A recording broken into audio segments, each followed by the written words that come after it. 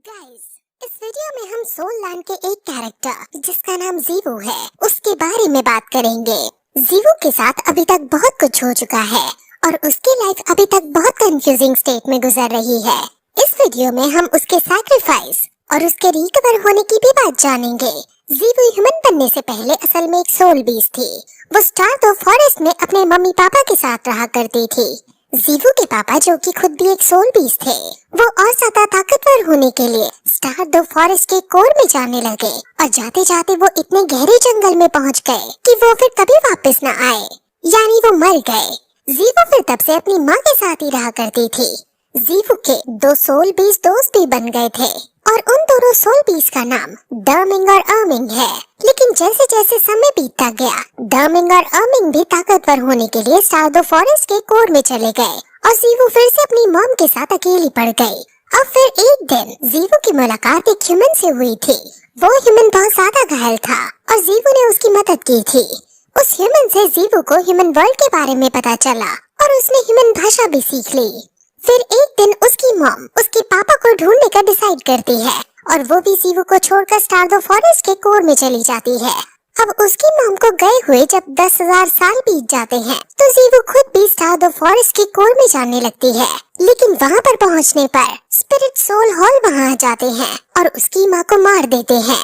जीवू फिर तब से अर्मिंग और डर्मिंग के साथ रहने लगी थी और जब वो 10,000 साल की हो गई थी तब वो स्पिरिट बीस्ट एवोल्यूशन की मदद से ह्यूमन में कन्वर्ट हो गई थी। अब ह्यूमन फॉर्म में आने के 7 साल बाद वो नॉर्डिंग स्कूल में तान शांग से मिली थी और वहाँ उनके बीच दोस्ती हो गई थी। अब जीवू के अगर सैक्रिफाइस की बात करें तो जब मार्शल सोल हॉल जीवू को पकड़ना चाहती थी तब जीवू ने अपना सैक्रिफाइस किया था। असल में बीबी डोंग को जीवू के पास से लाखों साल पुरानी सोल बोन मिल सकती थी, इसलिए वो जीवू को मारना चाहती थी।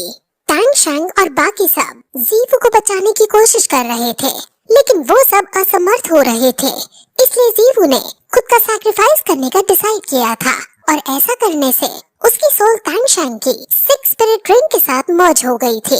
जीवू फिर से सोल बीस्ट के रूप में आ गई थी और वो मरने ही वाली थी कि तभी उसने yearning heart broken red flower खा लिया था।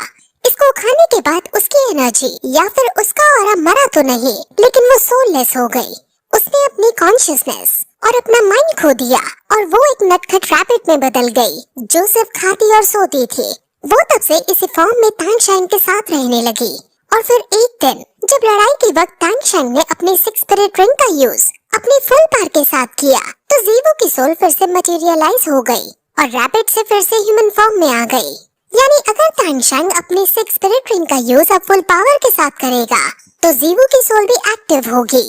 ये बहुत अच्छी बात थी, लेकिन अभी भी जीवू नॉर्मल ह्यूमन बीइंग की तरह चल या बोल नहीं सकती थी, इसलिए तान शांग अभी भी उसे रैबिट फॉर्म में ही रखता है।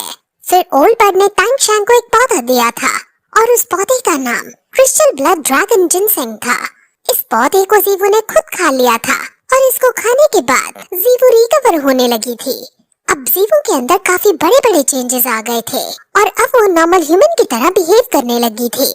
फिर तान शांग जब यांग वुडी के साथ लड़ रहा था और वो मरने ही वाला था तब जीवू ने खुद 6 स्पिरिट रिंग को एक्टिवेट करके अपनी सोल को बाहर बुला लिया था और उसने यांग वुडी से लड़ाई करके तान शांग को बचा लिया था। उसके बाद जीवू की सोल फिर से तान शांग के 6 स्पिरिट रिंग के अंदर चली गई थी, लेकिन अगले दिन ही जीवू इतनी रिकवर हो गई थी कि वो अब ह्यूमन फॉर्म में रह सकती थी, इसलिए वो तब से फिर ह्यूमन फॉर्म में रहने लगी थी। हालांकि उसकी सोल अभी पूरी रिकवर नहीं हुई है। फिर ऐसे ही टाइम बीतता गया और जीवू ने तान शांग के साथ उसकी कई फाइट में उसका साथ दिया। जब तान शांग क्वेंडेंजियो से लड़ रहा था तभी जीवू ने अपनी सोल को बाहर निकालकर क्वेंडेंजियो पर अटैक करके तान शांग को बचाया था, लेकिन तब जीवू की सोल पावर बहुत ज्यादा यूज हो गई थी जिस वजह से वो फिर काफी टाइम तक अपनी बॉडी में वापस नहीं आ पाई थी। फिर तान शांग जीवू को अपने मम्मी पापा से मिलाने के लिए सनसेट फॉरेस्ट में ले गया था और वहाँ उन्होंने शादी कर ली थी। तो ये जीवू की अभी तक की जर्नी थी।